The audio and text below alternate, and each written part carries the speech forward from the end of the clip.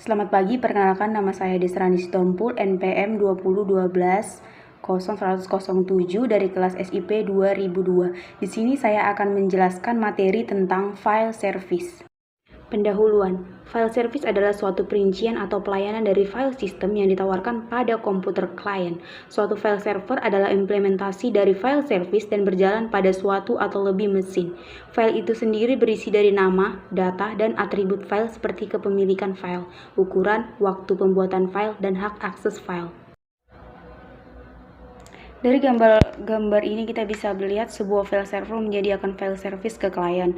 Dari sisi klien terdapat interface untuk file service dalam hal operasi primitif file, seperti membuat file atau create, menghapus atau delete, dan read atau write file. Komponen perangkat keras utama yang mana file server mengontrolnya adalah sebuah local storage atau umumnya disk drive atau HDD. Selanjutnya adalah karakteristik file system. File system didesain untuk menyimpan dan mengatur banyak dan besar file dengan fasilitas untuk membuat, memberi nama, dan menghapus file. File system juga bertanggung jawab untuk pengontrolan dari akses file, akses terbatas ke file oleh user yang berhak, dan tipe-tipe dari akses yang diminta. Selanjutnya ada atribut file, terbagi menjadi beberapa bagian, yaitu satu, nama, merupakan satu-satunya informasi yang tetap dalam bentuk yang bisa dibaca oleh manusia atau human readable form. Kedua, type, dibutuhkan untuk sistem yang mendukung beberapa tipe berbeda. Yang ketiga adalah lokasi, merupakan pointer atau penunjuk ke device dan lokasi file pada device tersebut berada. Yang keempat adalah ukuran atau size. Ukuran file pada saat itu baik dalam byte, huruf, ataupun blok.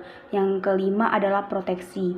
Informasi mengenai kontrol akses. Misalnya siapa saja yang boleh membaca, menulis, dan mengeksekusi file.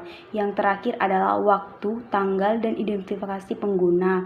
Informasi ini biasanya disimpan untuk pembuatan file, modifikasi terakhir yang dilakukan pada file, penggunaan terakhir file.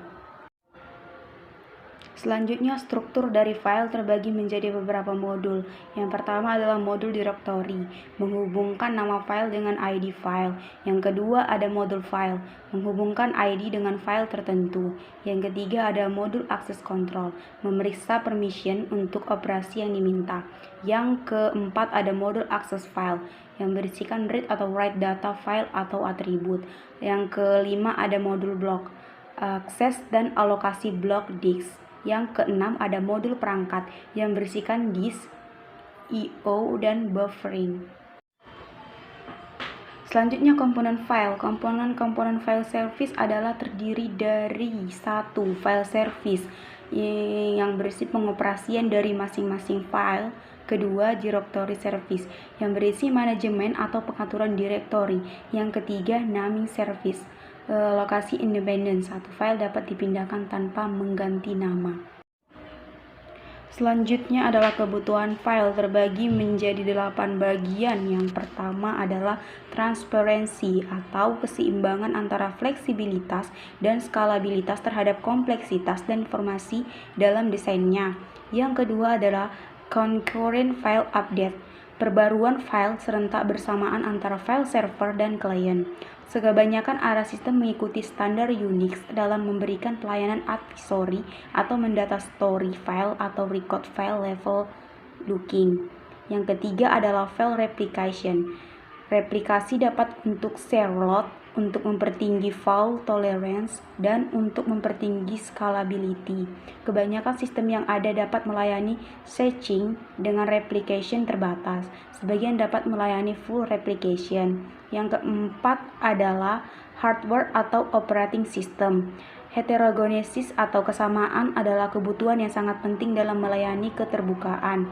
Yang kelima adalah fault tolerance. Service harus terus-menerus beroperasi walaupun terjadi kesalahan atau error pada klien atau server.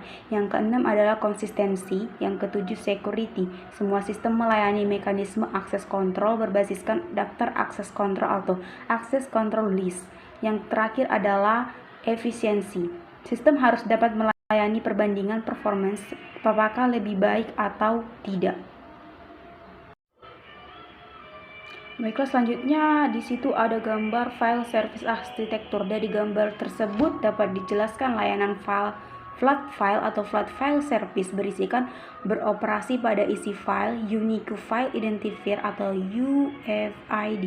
Selanjutnya layanan directory atau directory service menyediakan pemetaan antara nama sebagai teks ke UVIDs.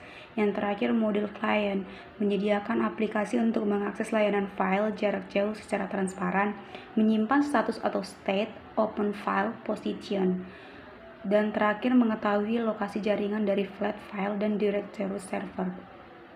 Terakhir adalah NFS arsitektur atau Network File System, merupakan protokol yang sangat mendukung dalam mengaplikasikan suatu file system yang terdistribusi.